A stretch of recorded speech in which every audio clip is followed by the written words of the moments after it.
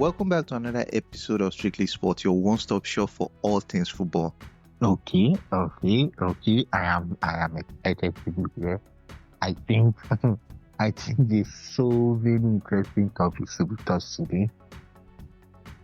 Yeah, that's right. There's like so many interesting things that happen. Let's dive in. First of all, you could see Real Madrid at the dramatic comeback that they had against Man City. You know, everybody thought they were down and out, only to pull it out of the bag like Real Madrid of old. You know, that's why they are called Galacticos. That's why they are called the best team in Europe. That's why they have 14 Champions Leagues. There was also the dramatic result in Munich, where Joshua Kimmich pulled it out of the bag with a bullet header in the second half against Arsenal. So many great results. Aka. Yo, what a time to be back, man. What a time to be back. Like, there's so much. I think this is my best part of the season, to be honest. I don't know about you guys, but yeah, so much going on. Yeah, I think you started off on the right notes, like talking about the best team like in the world, probably, which is Real Madrid. So, as usual, like, this is the status quo. I think a lot of people, like, all the time, we say it's like they always doubt Madrid, or maybe they used to, right? Am I right, or am I talking off track? I don't know. Yeah, so I'm sure people always doubt Madrid. Like, even this season, there were a lot of people who felt like Man City were like showing winners, right? Yeah, but this is status quo. They're really great teams. Like, it's in DNA. Like, they have the mentality, and then obviously they have like all the quality. Even players like, I think the doubt stems from a desire to see them fail, because when you have been dominant in football speak, you would have haters, definitely, and some of these hate is not usually backed by logic. It's just feelings. I want to see them fail.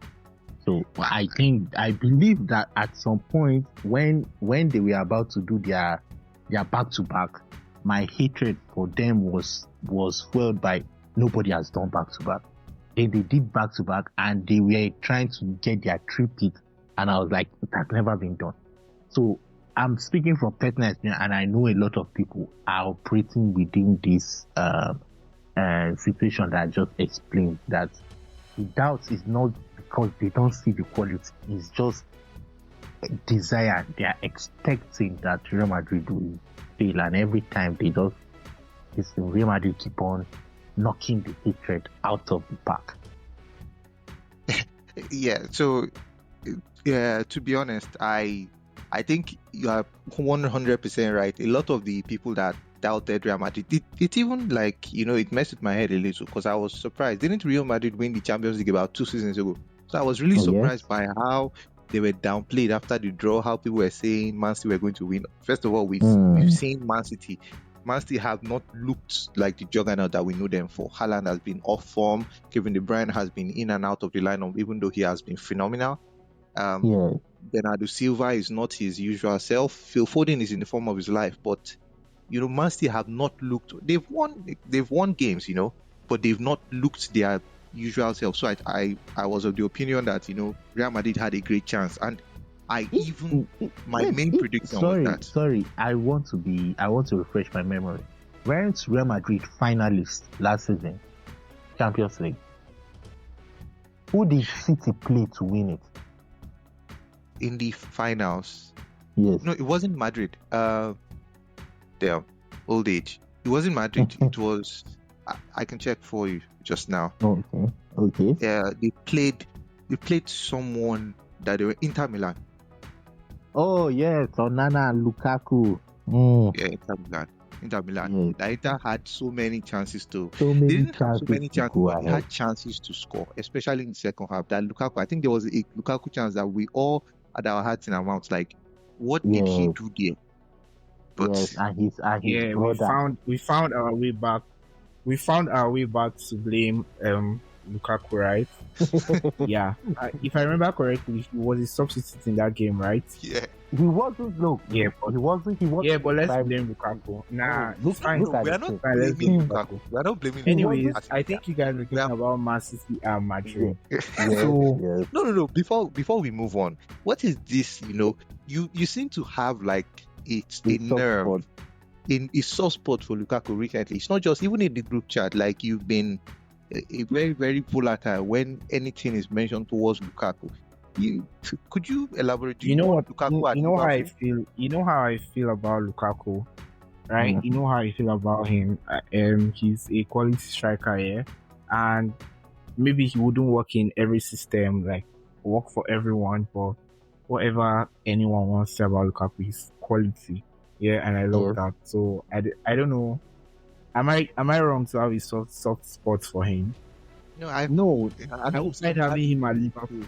You To be honest, even Arsenal should go for Lukaku. No, God Personally, forbid. yes. I hope Personally, he's going I to arrive at Liverpool next season. That's my wish because I and heard that and he's he not will, staying at he Roma. would be a good. He will be a good A good addition. Like, replacement for Salah. A very it's not good even. It's not this replacement. One thing I know about Lukaku is I don't think he's someone who shies away from responsibility from work, and that is something that I admire in players who do. Like when even if the thing is not going well, they bring it to the game. They introduce it. You try your best to play the game. That's but something I but know then that again, Lukaku that's does. the age-old argument, right? That people have when they say, would you rather There's lack someone of that quality. that There's has lack lack of of quality but quality, brings it but they every day? make up for it with hard work. You Yes, can argue that, but if it's in that final, we know that Lukaku was just singled out because he had streaks of misses with during the international break that was before them. If you remember very well, I think he yes. had yes. So it was just an overflow of his terrible form. But he was not the major culprit as to why they lost. His brother had better chances. There was a time that he could just Lautaro. play. Yes, he could just play for Lukaku, but he wanted to be the one who brings the cup home. No, And I for some never. reason, he's not doing it. I've honestly never rated Lautaro, and I think that's one of the reasons why I haven't been impressed by him this season, even though he has played considerably well. But we'll come. I think we'll circle back to Serie A. But moving on, if we go back to the Champions League, Real it Madrid. was a very surprising result. Aside from Real Madrid, I think in the Champions League there was a very surprising result that when the draws were done, we thought this was their chance to get their get back. We thought this was the time that they were going to, revenge for all the 5-1 losses. This was when they were going to get their pride back. And, this was the perfect time. Bayern is having the worst season they've had in a couple of decades. They have a coach that isn't really competent. Arsenal had the chances, but they couldn't just pull it away. And they had, a hard-working man up top that lacked the quality to give them what they needed in Kai Havertz. So, what do you think about the outcome of that result? And what do you think? Do you think it was a successful run by Arsenal? Just give me your thoughts. Okay. If I can speak on this, right? Okay. If I can speak on this, so I think ultimately, right, they will be disappointed. At this moment in time, they will be disappointed. The fans would be disappointed, as they all should be, because this was an opportunity against a Bayern team that are like probably one of the worst Bayern teams in a while, maybe in a few decades, losing the league to Leverkusen.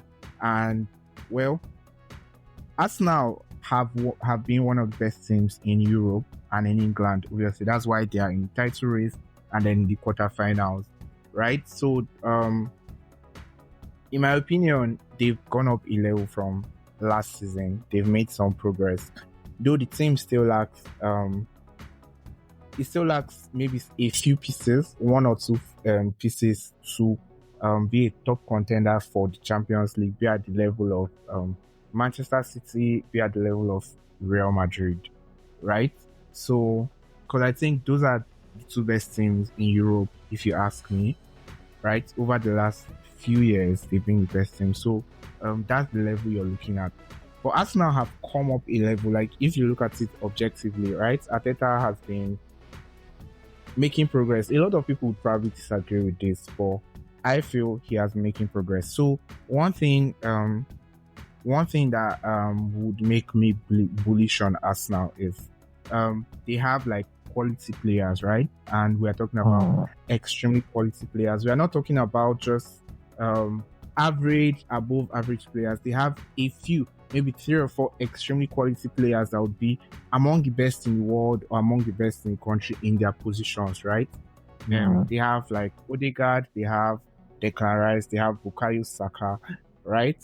David Raya. I don't know. I don't think a lot of people have given him the credit that he deserves and giving Arteta the credit he deserves for bringing in Raya, right? He has gotten like a very superior upgrade on Ramsdale, right? So they improved their team. William Saliba also. That's why I think I was going to say 4 players. That's Odegaard, Saka, Declan Rice, and William Saliba, right? These guys are among the best in the world in their position, and they are playing for Arsenal. So I think all Arsenal just need to do maybe their outlook for next season should be getting a striker, getting that top 9, because Havertz is not good enough there, and Gabriel Jesus is not good enough there. Though they would still add to the team. This is not like get a striker to guys. This is just get a striker to be there. I've heard names like Ivan Toney. I don't know. I don't know if Ivan Toney is what they need. I think No, I heard that. I heard the front runner right now is Victor Gyökeres at Sporting. I don't really like that because he's having a phenomenal season, but you feel it's his breakout season. You need battle tested. I honestly would have, maybe it's just because I'm Nigerian, but I honestly would have preferred to see Victor Osimhen in Arsenal shirt because we've seen him. We've seen what he's capable of. We've seen him in Europe for multiple years. Gyökeres is having one good season, and I don't want it to be just like this guy that Liverpool bought in Nunez or Darwin Nunez. Yeah, I can see why you would want because Osimhen. I can see why you want Osimhen because if Arteta tailored his guy's style of play after Pep, the introduction of Haaland kind of brought a different dimension to the way people play. I can see that for a fact. But me personally, I'm not trying to look at. I'm okay. Let me just look at all the positives. All the positives that in 4 years or 5 years that Arteta has been with us now, you can see considerable amounts of progress each year. I'm very serious. You can see it each year. We are not looking at silverware. That's where I will come in with banter, but the performances have been there. The changes he's making to go fruitful and all that. But there is one part of Arsenal team that people are overlooking, and I think that is their biggest problem, is the mentality that the players have. They are very young side. So it will take a lot for them to have this monster mentality. We saw that with Ronaldo going to Real Madrid. People often forget Real Madrid is galactical, they are big and all that. But before Ronaldo, we know what Real Madrid used to bring to the Spanish league, to the Champions League and all that. You need somebody that will make you believe again. And I think that was one thing that played a major role in Arsenal's defeat against Bayern. Weeks to the game, Thomas Muller was talking. Easily, Arsenal could have won. But things like that kind of breaks down the team. And it didn't help with the fact that they lost to Aston Villa some days to the Champions League. When they lost, you called it, and I also called it, to say that this might be the beginning of the downfall for Arsenal. People often overlook the psychological part of this stuff. Arsenal is a young team. Bringing in Osimhen is good, but they need somebody that has been there, somebody that will impact that winning mentality. Like, this is not the end. Let's push on. They need it. You get. That is just my No, opinion. No, I agree with you to, I would say, 70% of it. Like, most teams need that person that has been there, done that. But I think this, if this season goes the way we all expect it to go, and Man City wins the Premier League again for the fourth time in a Yeah. row, which is Yeah. amazing. If they win it again and Arsenal falls flat at the end, Yeah. they would have had two really close runs, right? So two things can happen at the end of the season. The players can either take this on and become much, much better next season, because Yeah. it can be a third time lucky kind of thing where it's happened to you twice already. It can't really happen a third time, or it can just fall apart, and these players will go their separate ways. I'm looking at someone like Martin Odegaard. I don't know. I don't think people are looking at the fact that Arsenal's team might end up losing their stars because Luka Modric is leaving, Toni Kroos is leaving. Real Madrid are looking at Martin Odegaard, whether people like it or not. Someone like Bukayo Saka, he looks solid, a solid Arsenal player right now, but who knows when Man City is going to come smelling around. So I think this summer is going to be very crucial for them. Is that what you think of rather than Arsenal? looking Is for- that what you think of Arsenal? No, I'm not telling you that these players are going to But leave, I right? don't think it's far off. If we are to use Tottenham as case study, Tottenham was branded as the bottom company. Look at what happened to them after that. No, you can't make close. that comparison. They are not on the same level, or Arsenal are not on the same level How? with what Tottenham were then, right? Arsenal don't need to sell their players for any reason, right? The way they are run, they are very financially sustainable, right? They are trying to be the best club in the world. They are not trying to be a tier 2 club. Do you understand? That's why they are going out Okay, to spend I all the get money what they are you're spending. saying, but They will not sell Chelsea is Saka not- to Manchester City. Real Madrid, on the No, other hand, no, is no, a no, different no. position, Yes. right? People No, compare I to Real think Yeah, Madrid. he's just Aka, giving an example because I'm giving you options, right? And worst case scenario, if Martin Odegaard leaves, Martin Odegaard is the captain. If he leaves, as someone that is Bukayo Saka, if you look at the team and you look at the progress of the team, Martin Odegaard leaving to Real Madrid, which would be inevitable if Real Madrid come calling, might become the beginning of the end for some of these superstars, because someone like Saka will not want to see their best midfielder leaving. Saliba will not want to see their best midfielder leaving. And these are players that will not be I short want of to ask options you a if they want to question. leave. I want to ask you a Saliba is question. going to have I want to Real ask you a Madrid question. and PSG. Can we make these Yeah. assumptions, right? These possible scenarios, can we maybe Yeah. base them on the past like 3-4 years where Edu has been like the sporting director or the technical director, whatever the The portfolio reason is. why we Or can't do that, Arteta. right? The reason why What we you- can't you- do that, Wait, right? let me just The reason just why we say can't do this. that. What's the precedent that has been set by Edu? Okay. The reason why we can't do that, right, is that since Edu has arrived at Arsenal has been in a rebuilding phase. They've not had a world-class player that people will come calling for. Think about it now. Before this season, who would Real Madrid look at Arsenal for and say, I want that player to come and be? Yeah, the best? no, They I didn't really have admitted one. that Players Real have Madrid, yeah, right? Real Madrid, yeah.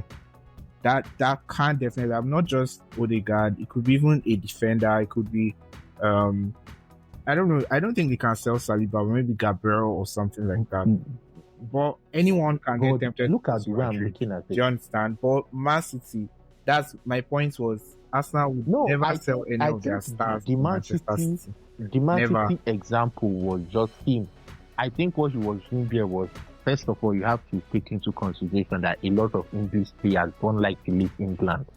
So what other English team would have that pool to call on Saka? I think that was why he made the Man City I think example. Man City is the only But possible yeah, I club feel that you. Saka would Yeah. even go.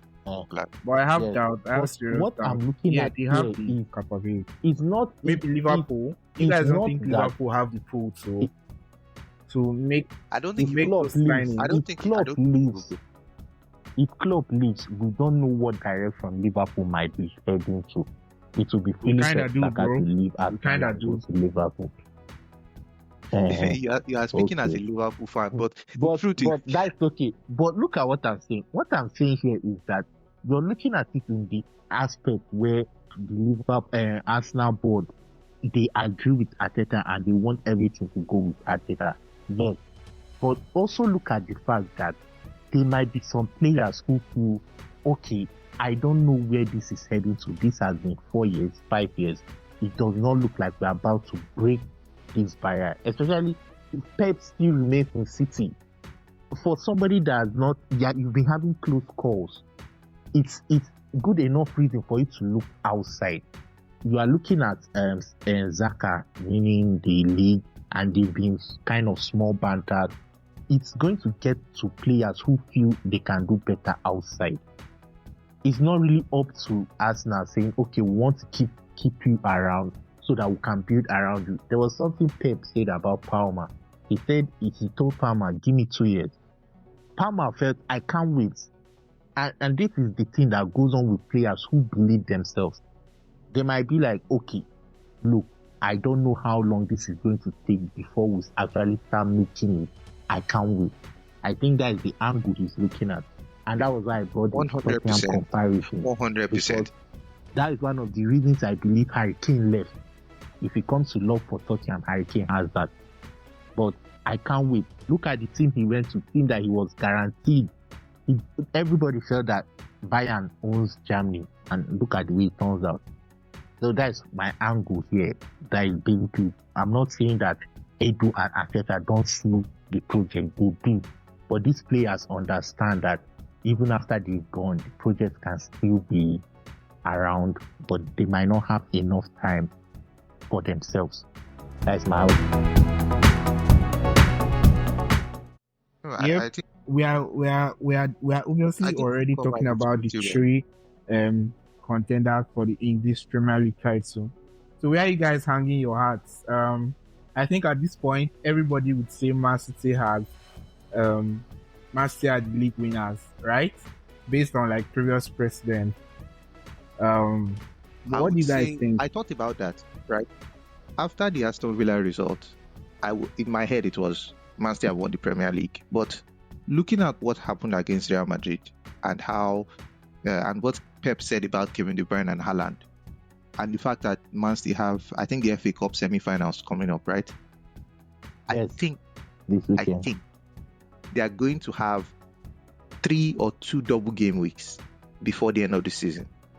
Man City might drop point, right? So if I were to put my money, it's not the Arsenal in you that is saying this, especially since you'd be surprised by where I'm going with this. League. You'd be surprised by where I'm going with this. Okay. If and to put my money in a hat, I would say Liverpool wins this. It's simple. Okay. I don't think Liverpool I see the motive behind Liverpool trying to get rally around for Klopp, but now motive doesn't just cut it. We have Pep that is licking his wound. We know Pep. Whenever he's hot, he kind of spreads sadness on every other person. So if Pep is going to sacrifice FA Cup to win Premier League just to retain it, have it like win it 3 times in a row for his ego, he will do it. That is just what I think. If he's going to sacrifice FA Cup, he would do it. And I wouldn't even go as much as saying sacrifice, because we've seen that for some reason, Pochettino has a way of playing. So it won't be like he's sacrificing it. It might just be a fair game where Chelsea comes up on top.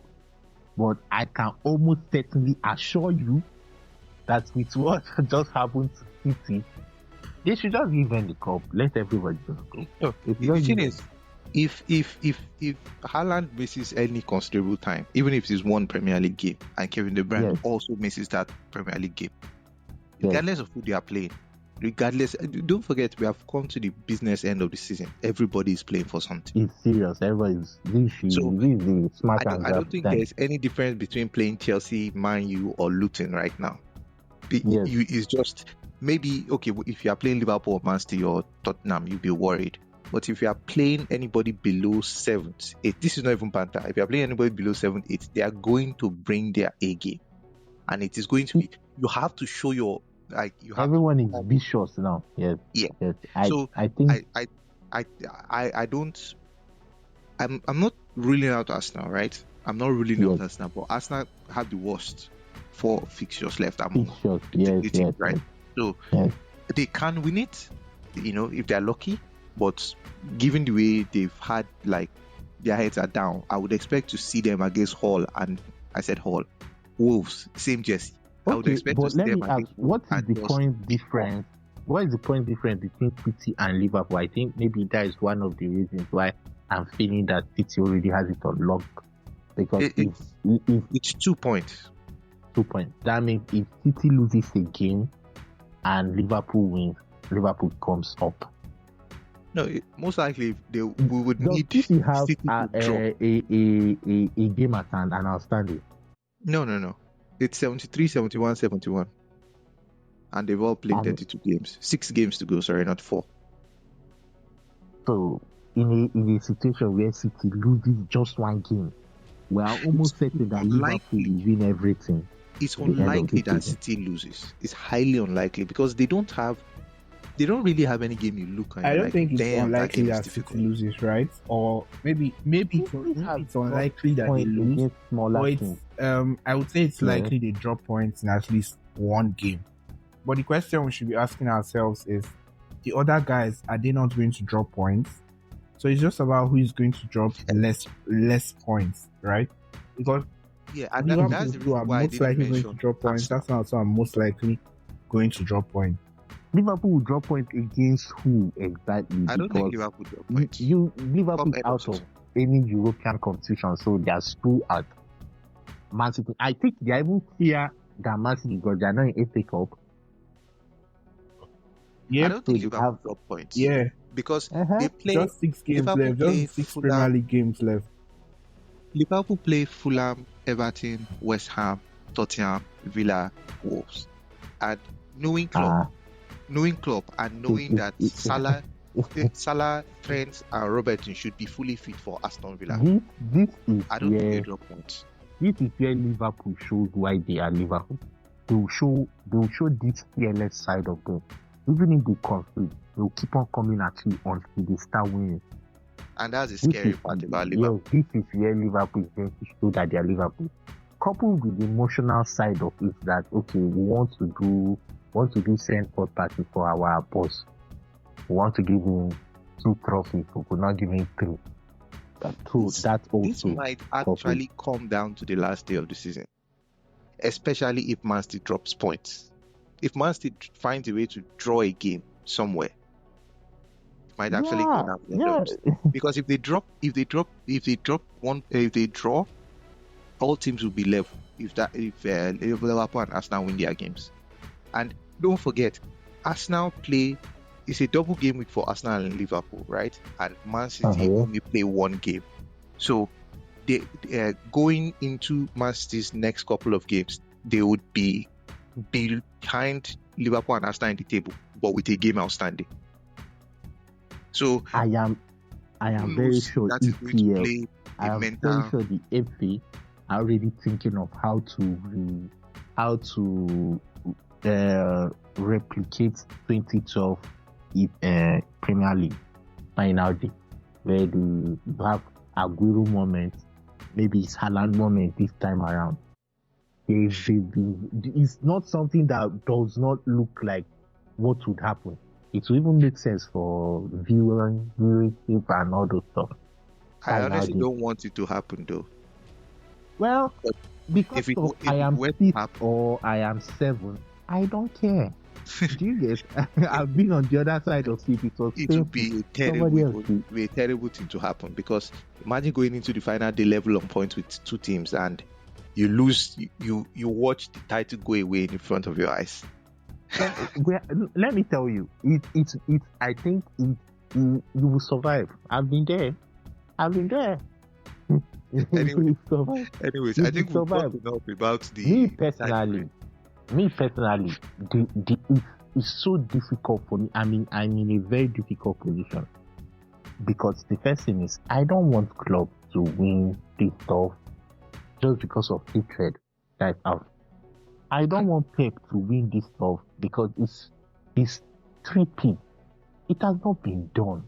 what am I going to use as defense and Lefega? I think this will be his fourth in a row, not 3 in a row. I think this will be his fourth in a this row. will be his fourth in a row. Yeah. He won in 21, he won in 22, he won in 23, and he's about to win again. It will be his fourth in a row. Unprecedented. Liverpool didn't win between 21 and now. No, Liverpool won before. They won in 20. COVID, the year of COVID. Yeah. So it will be unprecedented, and it's one of the things I wanted to even ask about now. So you mentioned your club, Manchester United, and I was shocked last weekend when Chelsea were playing, and I looked at the table. I'm not even going to hint at what I'm saying. I looked at the table and I was like, Newcastle have 50 points, 32 games played. Man, you have 50 points, 32 games played, and the laughing stock of the Premier League so far. Chelsea have 47 points with 31 games played, and there's also something really vital here. You have a horrible goal difference. They have -1.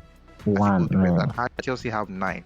So if Chelsea, I know we can't use if buts and this thing in football, but if just human me here, Chelsea win the outstanding, and they go on to have exactly the same results going into the end of the season with Man U. Are we going to say Chelsea had an amazing season or Man U had a terrible season? Because you can't have both. It's either one or the other. Regardless of what Chelsea was able to bring out towards the end of the season, Man U finishing outside top 4 is on its own a terrible season. Especially since if you're looking at progress made, last season they finished within top 4, and this season they are finishing outside top 4. So regardless of what happens, Chelsea, Man U finishing outside top 4 is terrible on its own. Now, there might be a few things that Ten Hag might use to just, shush money. If he's able to deliver a pickup, then you can say, he has the trophy, can play in the angle of silverware. But in general, with the goal difference, with all the stats that are just there in your face, Man U has not been doing well this season. And the funny part, I will surprise you here, right? I don't think, although I'll give you some stats now. Man U have scored 47 goals in the league and they've conceded 48, right? Okay. Chelsea have scored 61, conceded 52. Newcastle has scored 69, conceded 52.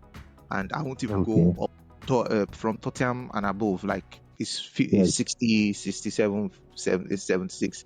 So you get the point. So people have scored considerably more. But I don't think Man U's problem is attack. Even though they've only scored 47 goals, I think the problem comes in defense.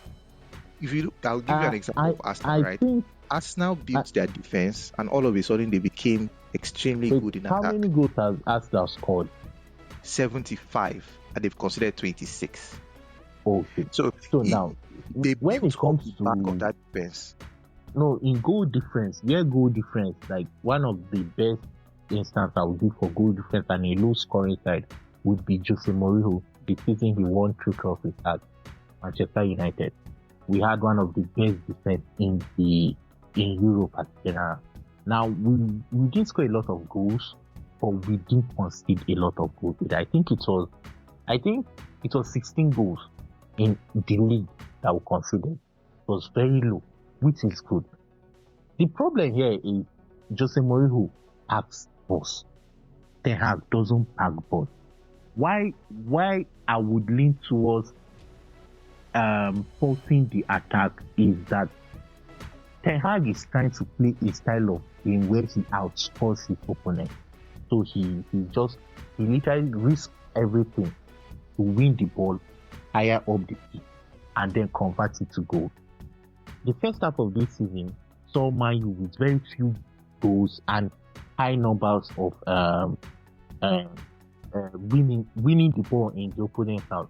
So basically, he wins the ball and it doesn't lead to goal, which on its own is already a problem. This is not how Ten Hag would have wished his style to be going. Then in second half, I don't know, I wasn't following the statistics like that. But when you look at what he's sacrificing for what he wants to, then you can say the problem is attack and not defense. Especially when compare the goals the teams have conceded with other teams that play high line, you see Tottenham, they've conceded a lot of goals because you're sacrificing something for something. Arsenal this season decided to drop it. It's not what Ten Hag wants.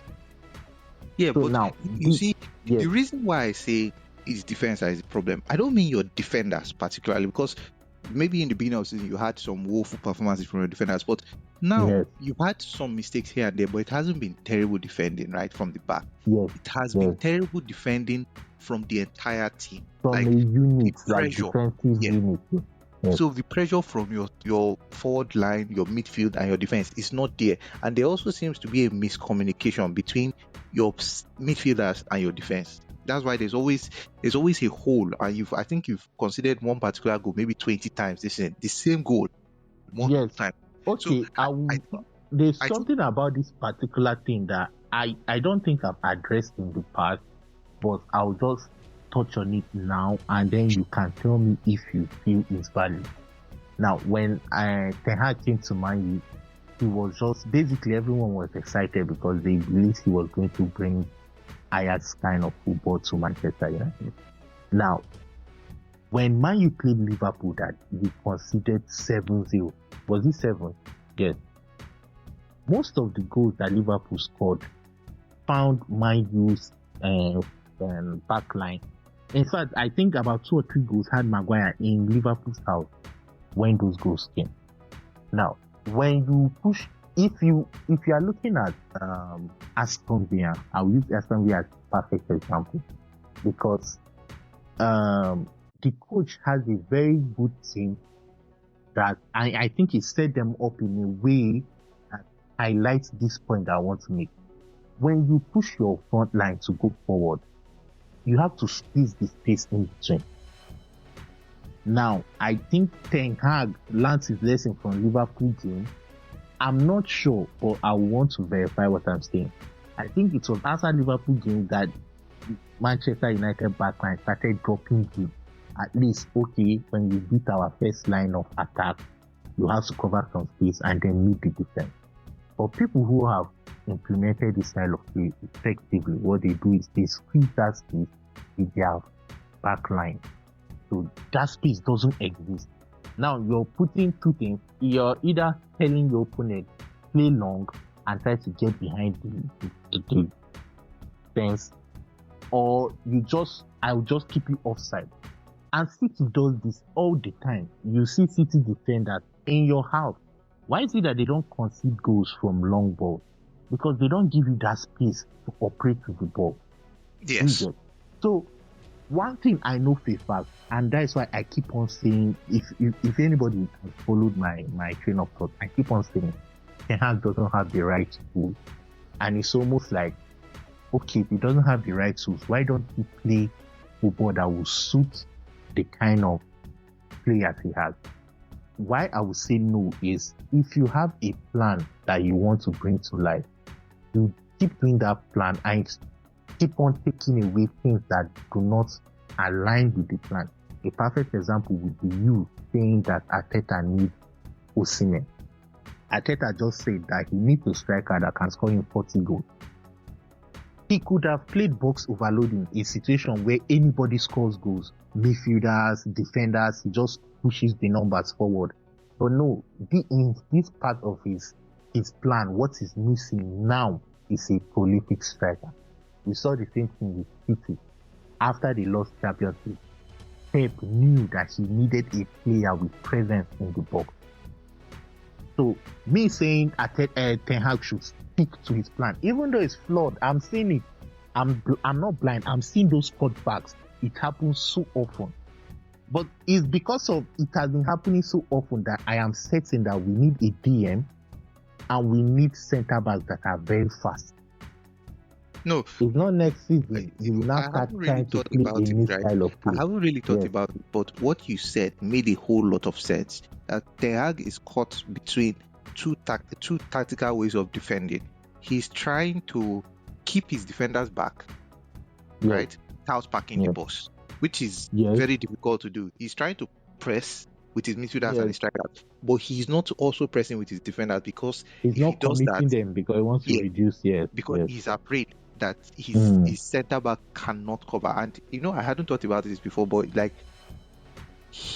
it's impossible for any manager to do what he's doing. It's basically impossible because he's trying to mitigate risk while also trying to play his brand of football, and Yes. pulling that off it's almost, you can't ask someone to pull that off.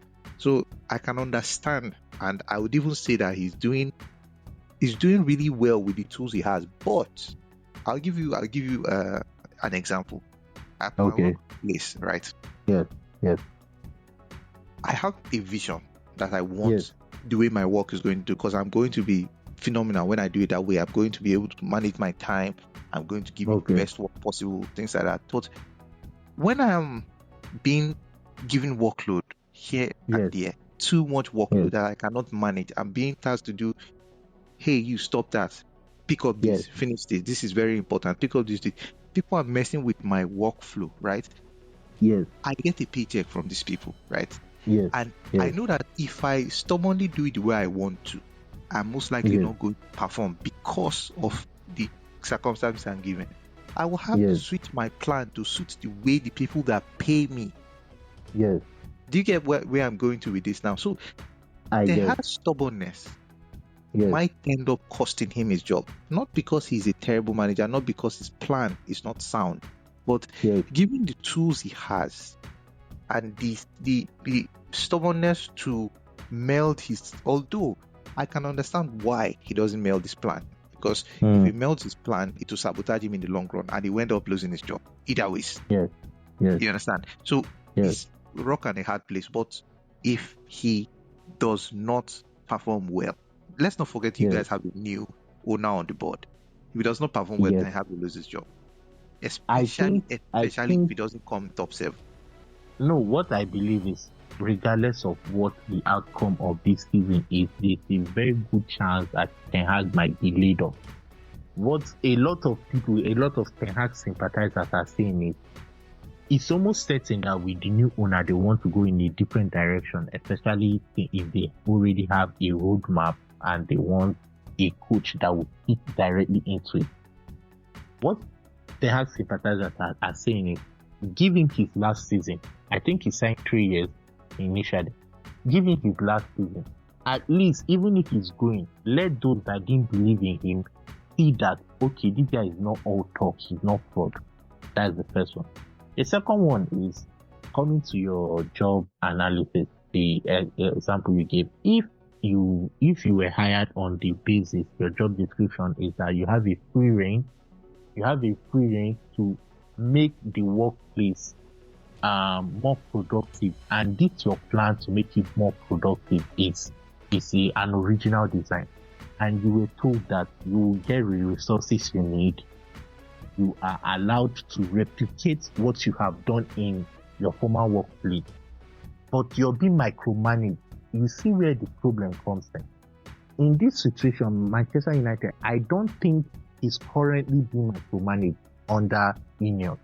But with the old administration, when you limit it, because Ole has already given us that information that it's an unwritten rule where signing per season is limited to 3 major players. When you limit it to 3 major players, it means I need more than 4 seasons for me to be able to change the first 11 to suit what I want to bring out. Do the fans have 4 seasons to give me? You're looking at your opposition where Newcastle is able to sign 8 players a season. 7 the next season, they already have 15. First 11 suited to the coach. While in a great Manchester United, we are bringing in 3 players, 2 on loan, that will go back, that we can't retain because of financial fair play. So if I'm going to get my first 11, I'm looking at 4 years. I don't think a lot of people have 4 years to give you just for us to see a glimpse of the dream you want to have. I keep on saying it's like Arteta came to Arsenal and he was able to do a lot of things. One of them was push out Ozil. Takes a lot of courage to come and push out Ozil. it's not a situation where, like Ronaldo's situation, where we know Ronaldo is key. He's still good, but it's not the Ronaldo that when you see, you are guaranteed that you've won. No, this Ronaldo needs help. It's not the Ronaldo that is the help. This Ronaldo needs help sometimes. We're talking about Ozil, that he has a say-so in whatever attack Arsenal is going to do. You come and you put him out. You know the kind of level of confidence owners have to do that. Arteta. Yeah. For him to do that. Now, it didn't stop there. It continued. You are sending out Lacazette, you're sending out Aubameyang, and they trust you. And after 2 years, they start seeing the dream that you want to bring. In Manchester United, I don't know, I think except Sir Alex Ferguson, I don't know any coach that had that support from the fans and also from the owner. I think the most important one is just to have that support from the owner. It doesn't matter what the fans think. After a while, they'll come around. But Manchester United hasn't been like that. It's always divided. You have situation of where players try to control what they want to do. You have situation where the fans are not seeing things the way they should. You have a situation where the management is so poor. Even till today, we still have one of the worst training facilities in Manchester. I won't even say in Manchester, because that would just be a very poor comparison. Look at how shiny it is in Etihad. But you get what I'm saying. No, Manchester United needs time. They need time. I keep on saying it. I don't want them to qualify for any European competition this season, because players coming in next season have to understand that we are not coming here as glory hunters. We have seen that Manchester United resorting to using money to attract players. I don't know why they signed Casemiro and they are paying him 250k. We had chances. We had recommendations from Ralph Ragnick to sign younger, hungry players, and that is where Chelsea is using to beat Manchester United. People keep on saying they have a massive win, yes, but they have lots of young players who are hungry and want to show themselves. This is it.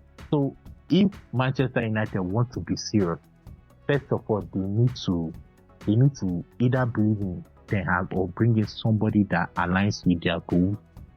And I'm happy that it's a new administration.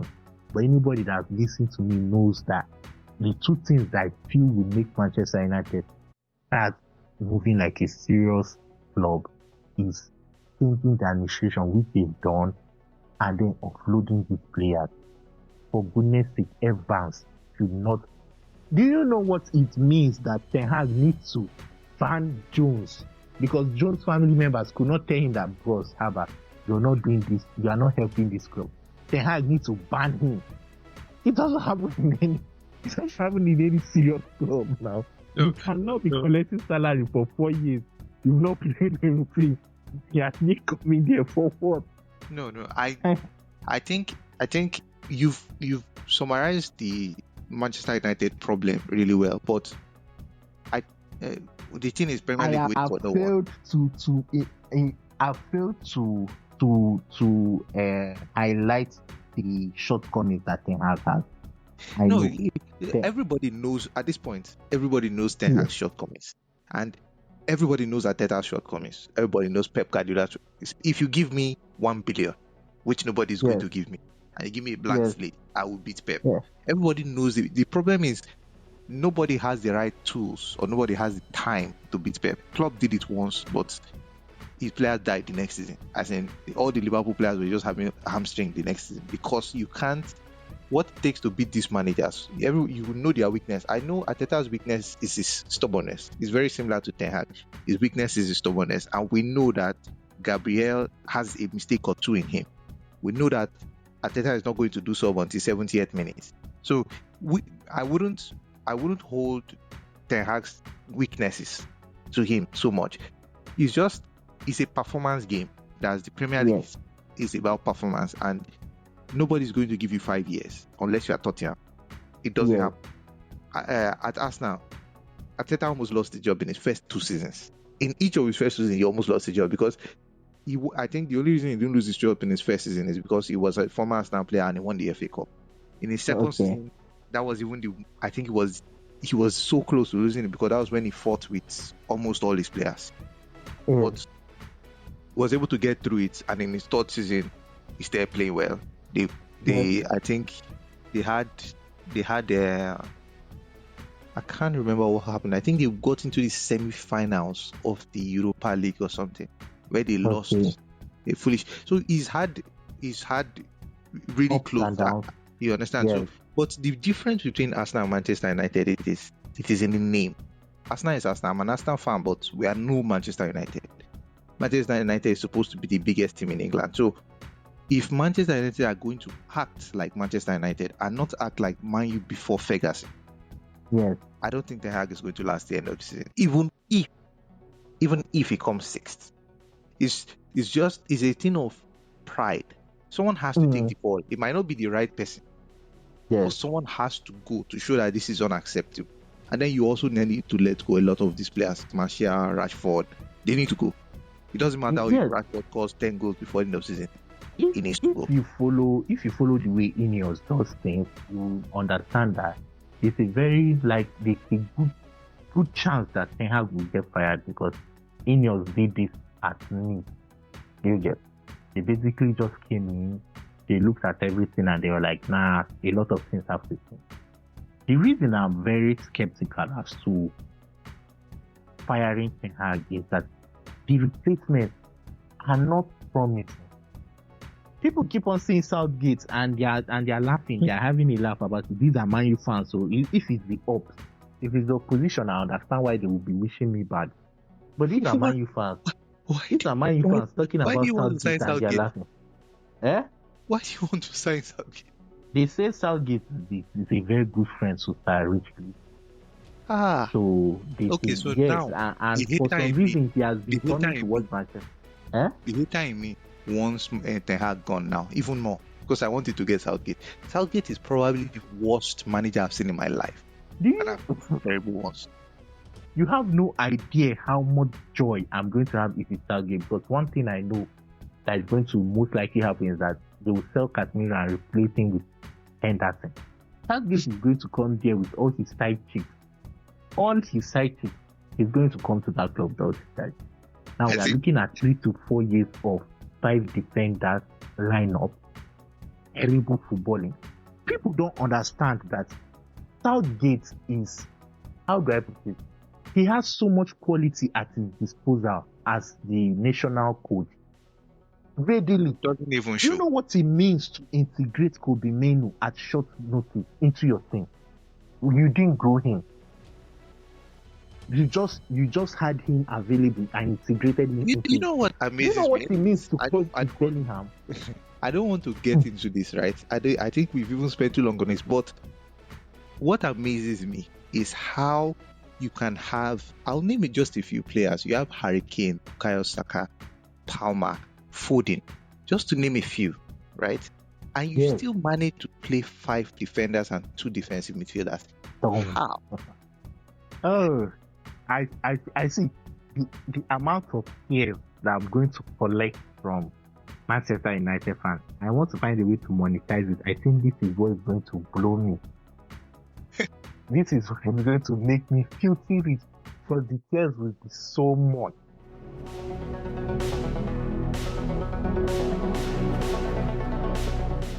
Anyways, it's about time. I think we lost Aka, but we were going to talk about Champions League before we got derailed. Yeah. It's about time we wrap up. But so we'll just talk briefly. I'll just briefly about the Premier League. Then we'll move to Champions League and just wrap up. So yes. Indeed, if we look at the table now, it is Man City, Arsenal, Liverpool, Villa, Tottenham, Newcastle, Man U, West Ham, Chelsea, right? And then in the relegation zone is Everton, Forest, Luton, Burnley, Sheffield. So there's just a couple of races aside from the Premier League race that we've mentioned. There's also the race for 4th, seeing as England is not going to get the 5th Champions League spot because of the disgraceful performance by Man City and Arsenal. Who do you think is going to clinch fourth. Is it Villa or Tottenham? Villa has 33 games played, 63 points. Tottenham has 32 games played, 60 points. But Tottenham play Arsenal, Man City, Liverpool before the end of the season. Even without you mentioning those fixtures, why I feel Aston Villa would finish fourth ahead of Tottenham is their coach is not new to EPL. He has been here before. If anything, he understands what he's most likely going to expect from teams at this point of the season. Another thing I'm looking at is how, like, the way Tottenham concede goals. It's funny, people often say Manchester United have conceded so much goals. Tottenham has conceded more goals. The way Tottenham concede goals, I see them losing at least two games before the end of season. I wouldn't say. I would say more. I would say Tottenham you see before the end of the season. Aston Villa on their own. I know that their coach knows how to tug out draws. He knows who to. To. I think in his last game he benched some players in the previous game just to be able to play them against Arsenal. So exactly, he knows how to navigate his way to make sure he gets the result. Yes. But so he can tug out draws for the rest of the season. If he knows that Tottenham is going to drop points. Yes. What about the Newcastle, Chelsea, Man U conundrum? So Newcastle have 50 points, Man U have 50 points, but Newcastle have they have 18 more goals on Man U. That's goal difference, 18 more. Yes. And Chelsea have 31 games played, so they have one less than Man U and Newcastle, who are tied, and they have 47 points. But they also have 9 goals. So who do you think clinches that sixth spot? Because sixth looks a whole lot better than 7. Don't ask me why, but no, that's the truth. Yeah, based on history, I don't think Newcastle has what it takes to finish it ahead of these two teams based on history. And I'm not talking about when Manchester and Chelsea used to eat good and all that stuff. I'm talking about basically just last 2 to 3 seasons, what Newcastle have shown. Newcastle exhibit this kind of behavior that Leicester City does. They start so well, and towards the end of the season, they just do rubbish. I've been disappointed by some of their results. They play really well against some teams, and then against some teams they just lose. And I'm sitting here wondering, they've been suffering from injuries. I think half of their team is in the hospital or something. So I understand, but if you were to ask me, I would say that 6 spot, Man U clinches it simply because they are Manchester United, and I think they have the tools to clinch 6th. I believe if they want to clinch 6th, they will. But the reason I'm going to say Chelsea clinches is because of Chelsea. We are looking at it this way. Chelsea found a late momentum. Exactly. Especially since winning Manchester United, they found a late momentum, which if they use very well, can propel them ahead of Man U. Exactly. I think that is just where the advantage I think Chelsea has over Man U is. One thing that is also going to come into play, like in the title race, is the goal difference, and it's going to backfire. Newcastle have considerably more goal difference. Chelsea also have more than Man U. So it's a toss-up anyways. It's a toss-up, especially at that point of the table. Then if we look at the relegation race, don't worry, it's pretty much the last one that we'll cover. So Sheffield have 16 points with 32 games played. They are most likely gone. So I wouldn't even want to dwell with Sheffield. Sorry. Burnley have played one more game and they have 20 points. Luton have played the same amount of games and they have 25 points. So basically, the race now is just a race for the 18th and 19th spot. Most likely 19th is gone, but 18th. So Luton have 25 points. Nottingham Forest have 26 points. Everton have 27 points. Brentford have 32. So Brentford, Palace, Bournemouth have the revered 40 points. They've passed 40 points already, so they are safe. So I would say it's between the the 4 teams that are arguing for the 2 relegation spots that are fighting as if it's Champions League spots, but the 4 teams are Everton, Forest, Luton, Burnley, right? Okay. And For Everton just are one spot. only in the for 2 spots. Okay. So Everton are only in this because of their Points deduction. points yes. deducted. They played considerably well, and I think because of how they played, they are most likely going to be able to clinch safety, because they, in fact, they're 2 points away from Luton, and they have 1 game at hand. So Yes, one thing what it's a name I call their coach. I call their coach the rescuer. We are talking about a coach that has made name for himself of rescuing teams that are battling relegation and bringing them into a safe spot. I am not in any form of doubt that Everton they'll will be safe, survive. right? Yes, they will survive. Yeah. I was disappointed with what they played with Chelsea, but I think it's part of that survival that made them lose that amount of margin. I think they just wanted to, can get a point here, or we can even win this game, and they kept on committing themselves. They weren't trying to be safe or anything. They had One thing I know, not to lose after another thing 2 goals. also is that after the point deduction, the mentality that they came with was, we are going to pull through. They've had that mentality since, because they've been 2 separate point deduction. Yes, they've been 2 separate point deduction. Yeah, but I think they were also giving some points back after the points deduction. Okay, so it wasn't. I think all they have now is 8 points. I think they have deducted now is 8 points. Before it was about 12 or something. It didn't affect them the way I thought it would, like it's going to kill them completely and all that stuff. They brought in a fighting spirit. This is one thing that I think they have over their peers within this race. Tottenham, on the other hand, their coach is Espirito now, former Wolves coach. Yes. Nottingham, Nuno Espirito Santo. Yes, no. So Nottingham also is one of the teams that I feel had a good chance of survival because of the new coach bound. So basically, I'm not looking at the fixture. I'm looking at momentum and motivation, because when it comes to relegation battle, the fixtures doesn't really matter. You see clubs that are struggling, defeating title. You see them defeating league leaders. Because in the end, yes, because what usually motivates them here is the fear of going back. They don't want to go back. So that's why I looked at motivation and I looked at coach bounce. I see where you're going with that, and I think one team that doesn't deserve to go down will go down. It might be Forest, it might be Luton. Anyways, I want Burnley and Sheffield to go down. They don't even look like Premier League teams, so I want them down. Burnley need to go down. They need to go down. They're not a serious team. But you see Luton and Nottingham Forest. At some point in the season, they look like terrible teams, but at some point, they've also looked like they have fight and they've played really well. Like even in games where they've lost, they played really well. Forest and Luton. So one of them is going to go down. It's going to be sad. But I honestly would prefer Luton. I think it's Luton that will go down. Yeah. One of the things would be that this is a very cool season for them.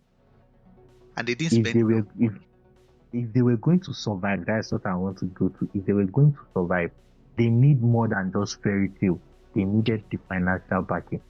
We are not coming there with this and love story and all, and you think you will survive. This is Ezekiel. Nobody. After you've made it, that's where the love story ends. Once you start the first game of the season, it's business as usual. I think Luton is going to go back. And I don't think their fans are going to be as disappointed because, again, this is a fairy tale season. Yeah, definitely. I think I don't want Luton to go down because, it's not that far from. So, as in, I really want them. Their stadium, if you go there, it's a beautiful place. Like, it's in the middle of a neighborhood. It's not like the Emirates Yes, Stadium or it's not Trafford. like yes. It's in the middle of it's a club that is very much loved by the people around the club. It's a very small club, and Yes. I want them to at least have another chance at it. But Yes. the owners, I can understand, maybe they didn't have the funds to spend on these players, and unlike them, Nottingham Forest they've gone all in. If Nottingham Forest don't stay in the Premier League, I think they will most likely either they go bankrupt or they sell out their players because they spent money. They did. What's this boy? This Chelsea boy. They gave Lingard 200k. Yeah, I'm not even talking about that. Lingard now fraud. Elanga. What's the name of this boy that came from Chelsea? Callum Hudson-Odoi. Yeah. They got people. So I think that quality is going to keep them up. Again, I feel the only reason they will survive is because a team like Luton is. Because if I'm being honest, most teams that do the thing that Nottingham Forest just did, they usually don't survive. The last time we saw something like that was Southampton. They signed all 11, which somehow happened to click, and they sold them. I think that was the one-off moment that we saw it. Most teams that come in, we saw it with Middlesbrough. Middlesbrough came in. QPR. Yes, they came in, splashed money, signed some experience and the team chemistry players. Team chemistry never just. Team chemistry was tanking, but at least they had big names, so it didn't really matter. They were hiding behind their big player. Usually it doesn't work.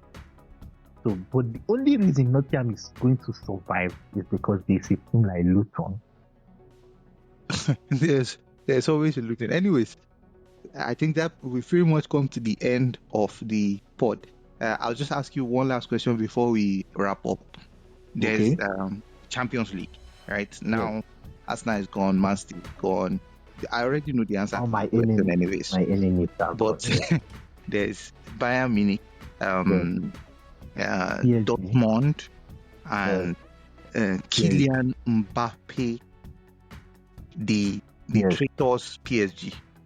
So we know it's going to be PSG, Dortmund, Real Madrid, Bayern. So whoever comes out, we've known since the draws that whoever comes out from this side of the draw is going to most likely be the favorite. But if I were to ask you now, in 5 seconds to tell me who wins the Champions League. Don't think about it. I am going to say in 5 seconds, I'm going to say who has done it before knows how to do it again. Exactly. That's the only reason. But if I'm going to be a little more technical, I will say that because of what I saw against Barca, I've not watched a lot of PSG games, and all I just see is the statistics and end of match results, and I feel they are poor and all that stuff. But because of what I saw against Barca, to be very precise, I think they have the range to actually surprise us. But it's not that surprising us against Ancelotti, Real Madrid. The surprise I'm expecting from them. The surprise I'm expecting for them to get knocked out by Dortmund. That's the surprise. Because it will surprise me too. It will surprise me because I believe what happened against Atletico Madrid were the architects of their own downfall. Yep. No, Dortmund played well, but Dortmund were the underdog. Barcelona, I never had any confidence in Barcelona because they aren't exactly. We keep hearing Lamine Yamal or whatever his name is. They haven't exactly been world beaters. So if anything happened, I think a great number of us were disappointed in PSG. By taking it. Yep. Yes, we were disappointed. Like it shouldn't. PSG allowed Barca to control the game. Where does that happen? It shouldn't have been close, but that's why I don't believe there is any world that PSG comes out and beats Real Madrid. Maybe if Bayern can pull it off against Real Madrid, then PSG play Bayern in the finals. Maybe they can pull it off. But Bayern Real Madrid has always been a very big And Yeah, I but don't think it's going to go the way people think it will go. I think Bayern are going to take out. You remember all those times that Cristiano Ronaldo just every time he destroyed Finds Bayern. a solution. Yes. Yeah. So I think Bayern are going to come with a vengeance now that there's no Cristiano. But there's a But see, there's a little boy there called is no Vinicius. Cristiano, but you see something about, it's not just Vinicius. There's something about Rodrigo that I think is very much underrated. Definitely. Rodrigo is very much underrated. There's something about Rodrigo that you can almost be certain that there will be a goal that he's involved in. Now, one thing I noticed with Bayern Munich against Arsenal was that Tuchel is not as foolish as I thought him to be. Yeah, he didn't fall into the trap, and I was surprised by that as well. The first leg he struggled. The second leg he had a very simple solution to beating Arsenal defense. And if his players were a little bit more clinical, it would have ended more than 1-0. It was wing play, rapid 1-2 in the wing play. It was so funny the way they do it and then they get behind Arsenal defense. I'm like, what is happening? I'm screaming. Where are all the defenders? No, I think so what happened, right, is naivety by Arsenal and experience by Bayern. Arsenal went to Allianz Arena and they attacked. I personally believe they should have played Bayern the way they played Man City, and they should have just packed the bus. They should have been, yes. They should have waited for their chance to counter. Towards the end of the game is the home team, because they would not want to risk going into extra time or penalties with an away team, because they would lose the advantage at that point. So, but Arsenal went for goal and they were caught every time with the direct ball, every time, and it's expected. It's expected that defenders, I think they managed the long balls well, because they ran back, but you can only manage it for so long. I don't think they weren't even scored from a counter. I think they were scored from a corner or something. Yes, I think Arsenal's initial strategy was for a goal and sit it out. That was why Arsenal went, and because of Bayern didn't score early enough, Arsenal always believed that there was always a feeling that Arsenal could score. It was always there. I think they were the better side in terms of possession. That feeling was always there, that who is just close, who can get it. I just think it's a situation where the tactics did not go as planned, because if Arsenal was able to secure their goal first, they would have packed that box. They would have qualified. Yeah. They would have qualified. But yes, I am pretty sure that. If buts and there's no buts and ifs in football, there's only what happened. Anyways, absolutely. It's been an amazing podcast, and I think sadly we lost. Very long one. We lost Akachukwu midway, but it's been an amazing podcast, and it was amazing having you here, Aka. I said Aka, Emelie. We'll be back again sometime before the end of the season to just have a look at it, maybe with 2 games left, just to see who and who, and let's see if our predictions have been in line and which ones we got absolutely wrong. No, I think we'll be here before the Arsenal Man U game, which is, I think, the second to the last game of the season. So catch you back there. And to our listeners that are listening, thank you for listening. Thank you for going thank you for getting so far on the podcast, and we'll catch you guys again next time. Yes. Peace, my guy.